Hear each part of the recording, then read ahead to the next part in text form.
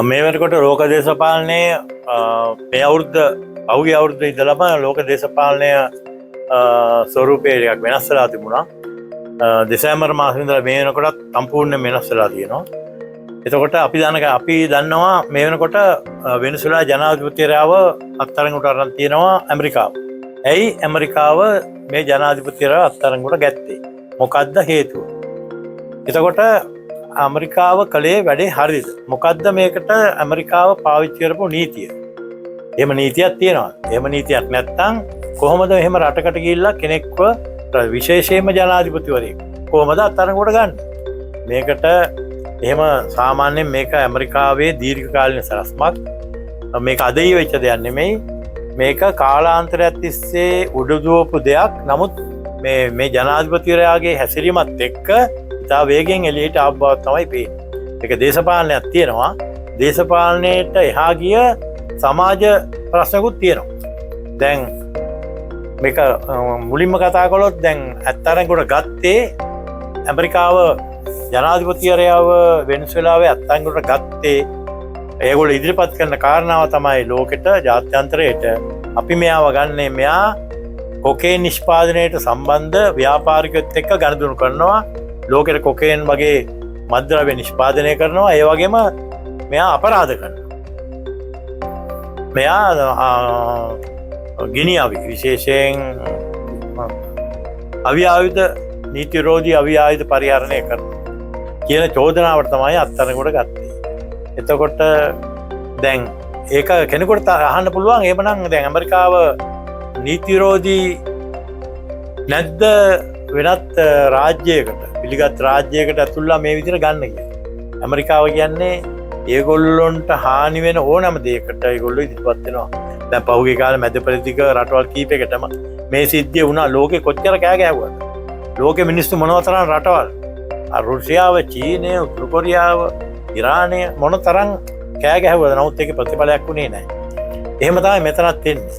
1999 වගේ වෙනකොට ඔය ෂාවෙස් බලයට පත් වුණාම ඒ වෙනසුලාව කෙලිම වාමාංශික රජයක් බවට පත් වුණා. ක්‍රමක්‍රමයෙන් වාමාංශික රජයක් බවට පත් වෙනකොට ඒගොල්ලන්ගේ තියෙන ප්‍රතිපත්ති වලට ඔය සැලසුම් සහගත ආර්ථික ක්‍රම වල තියෙන ක්‍රමයක් තමයි ඒක ටිකක් සාර්ථක ක්‍රමයක් නෙමෙයි. ඒගොල්ලෝ සියලුම නිෂ්පාදන සියලුම දේවල් රජයට ගන්න. එතකොට කාලාන්තරයක් තිස්සේ වෙනසුලාවේ තිබිච්ච ඇමරිකන් තෙල් සමාගම් වල තිබිච්ච අයිතිය පරිපාලනය ආවෙස් බාර ගන්නවා. ඒගොල්ලන්ට එච්චර හැකියාවක් තිබුණේ නැහැ මේවා පාලනය කරගන්න. ප්‍රධාන හේතුව තමයි නූතන තාක්ෂණයේ අවුරුද්දෙන් අවුරුද්ද නූතන තාක්ෂණය යොදවන්න වෙනවා. මේ තෙල් නිෂ්පාදන වලට. නමුත් මේගොල්ලන්ට ඒ නිෂ්පාදන වලට යොදවන නූතන තාක්ෂණයේ ඇමරිකාව අතහැරීමත් එක්ක තෙල් කම්පැනි මගේ ඇරීමත් එක්ක මේවලට හම්බෙන්නේ නැහැ. ඒක නිසා ඒවා නිෂ්පාදනය අඩු වුණා. ඊළඟට ලෝක තෙල් නිෂ්පාදනයේ වෙනස්කම් වුණා. ටාවෙස් ආපුගම ටාවෙස් කරපු දෙයක් තමයි සුබසාධනය පටන් ගත්තා. එයා විශාල සුබසාධන ව්‍යාපාරයක් පටන් අරගෙන අර තෙල් සල්ලි අරගෙන සුබසාධනයට යෙදුවා මිසක් ඒවෙන් මේ රටේ දියුණුවට කියලා වෙනම මොනවත්වත් කළේ නැහැ.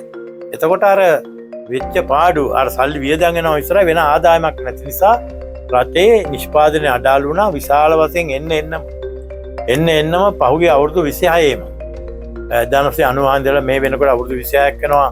ටාවෙස්ගේ සහ මදුරෝ ජනාධිපතිතුමාගේ පාලන කාල දෙක එකතු වුණාම මේ අවුරුදු 26ෙම වුණේ රට එන්න බංකොලොත් වෙලා අසාර්ථක රාජ්‍යයක් වෙච්ච එක. එතකොට දැන් මදුරෝගේ කාලේ පහුගිය කාලේ 2022 වෙනකොට උද්දමනයේ 10,000 ගණනකින් ගියා. පාන් රාත්තල් රුපියල් උදාහරණයක් හැටියට රුපියල් 100ක් කියලා හිතුවොත් පාන් රාත්තලක වටිනාකම රුපියල් 10,000ක් විතර වෙන තරම මිල ඉහළ ගියා. කඩදාසි කොළ ගන්නට පාරේ සල්ලි යන්න පටන් ගත්තා. විශාල අධි උද්දමනයක් ඇති වුණා. ඉතින් මේ රටේට මිනිස්සු ජනගහනය මිලියන 30ක් විතර වෙන ජනගහනයෙන් ලක්ෂ 77ක් විතර රට ඇතැරලා ගියා. ඉතින් මේ විදිහේ දෙයක් උනේ මේ රටේ තිබිච්ච අසාර්ථක පාලන ක්‍රමයක් එක්ක. ඒක ඇමරිකාව හොරෙන් බලාගෙන හිටියා. නමුත් විශේෂයෙන්ම ඇමරිකාවට ඕනකම තිබුණා වියට්නාම් යුද්ධයේ පරාජයත් එක්ක ලැබුව අමහිරි අත්දැකීම් එක්ක ලැජ්ජාවට පත්වලා හිටු ඇමරිකාවට මේ තමුන්ගේ දෙපා ළඟ තියෙන කියුබාවත් වෙනසියුලාවත් මේච්චල් කරගන්න බැරි වෙච්ච එකට ඒගොල්ලන්ගේ හිතේ ලොකු එහෙම ප්‍රශ්නකුත් තිබුණා. ඉතින් ඒක නිසා මෙයාට ඕනකම තිබුණා වෙනිසුලාව මට්ටු කරන්න. ඉතින් ඒක නිසා කිලෝමීටර් 3000 ගාණක් විතර දුර ගිහිල්ලා මේ පාඩම වෙනිසුලාවට උගන්වන්න වර්තමාන ජනාධිපතිවරයා තීරණය කරගත්තේ ඒකයි. මේක එකපාරට කළේ නැහැ. අගෝස්තු මාසයේ මේගොල්ලෝ ගිහිල්ලා නාවික හමුදාවේ මාර්ගයෙන් බෝට්ටු අල්ලලා ඒවා විනාශ කළා. ඊට පස්සේ සැප්තැම්බර් මාසෙ වෙනකොට කුඩුගේන මේ මද්ද්‍රව්‍ය ප්‍රවාහන කරන නෞකා දෙකක් අරගෙන ආවා, අත්අඩංගුවට ගත්තා. ඊට පස්සේ කිව්වා අපි මෙතනින් නවතින්නේ නැහැ, ඔක නවත්තන්න. අපි රට ඇතුළට ඇවිල්ලා අභ්‍යන්තර ආක්‍රමණය කරනවා කියලා. දැන් දවස් කීපෙක ඉස්සෙල්ලා ඒගොල්ලෝ කරලා ජනාධිපතිවරයාව බිරිඳවත් අත්අඩංගුවට ගත්තා.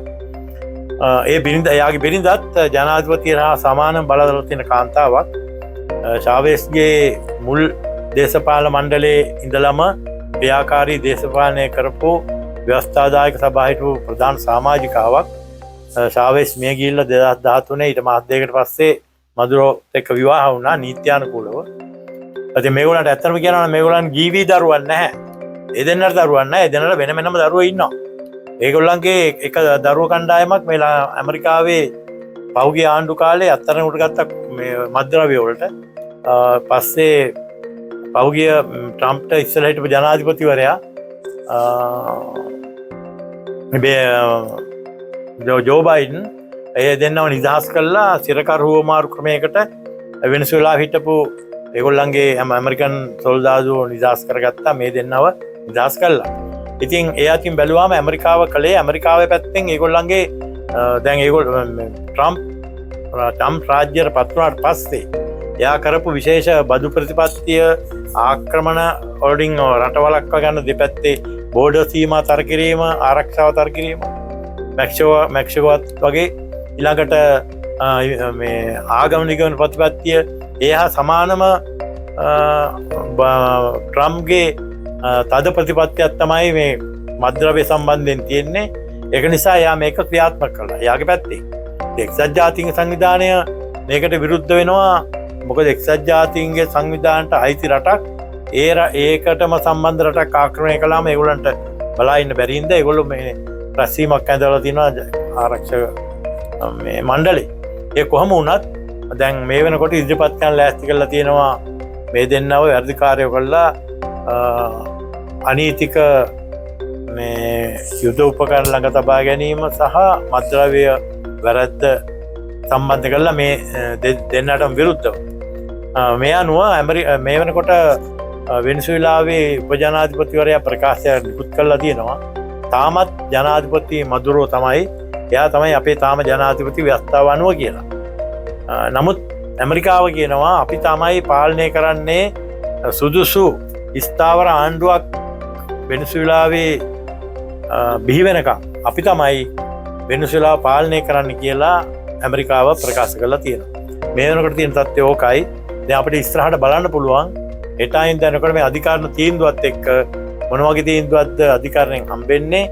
ඒ වගේම වෙනසුලාවේ තියෙන වර්තමාන තත්ත්වයත් එක්ක තවත් එකක් කියන්න ඕන ජනාධිපතිවරයා අල්ලගත්ත සතුට වෙනුවෙනුත් ඒ වගේම දුක වෙනුවෙනුත් ඉදිරිපත් වෙන කණ්ඩායම් දෙකක් මේ රටෙත් රටින් පිටත් ඉන්නවා. රටින් පිට වෙන්න බොහෝ අය ජනාධිපතිවරයාගේ අත්අඩංගුවට පත්වීමට සතුට ප්‍රකාශ කරනවා. මේ රට ඇතුළේ ඉන්න සමහරුත් ජනාධිපතිවරයාට කැමැත්තත් අකමැත්තත් තියෙනවා. දැන් සමහරු ඒක ප්‍රසිද්ධියේ නෑ. හේතුව චාවේස් මියගිහිල්ලා පිළිකාවකින් මියගිහිල්ලා මදුරෝ ජනාධිපතිවරයා පත් වෙනකොටත් ඒ චාවේස්ගේ මරණය නිසා ලබාගත් අනුකම්පාව වුණත් එයාට ගන්න බැරි වුණත් 51කට වැඩි ඡන්ද. එහෙම ගොඩක් ඡන්ද හම්බුන්නේ නැහැ. ඒකෙන් පෙන්නුම් එයාට 49%ක් විතර විරුද්ධ පක්ෂ ගත්තා. ඒකෙන් පෙන්නුම් කරන්නේ ඒ ආවට රට ඇතුලේ අභ්‍යන්තරයේ ප්‍රසිද්ධ කැමැත්තක් මදුරෝට නැති බවයි. ඉතින් මේක අපි තව ඉස්සරහට මේ ගැන කතා කරනවා. අපි අලුත් තොරතුරු අරගෙන ආයිත් මේ වගේ වීඩියෝකින් හම්බෙන්නම්. එතකම් බොහොම ස්තුතියි.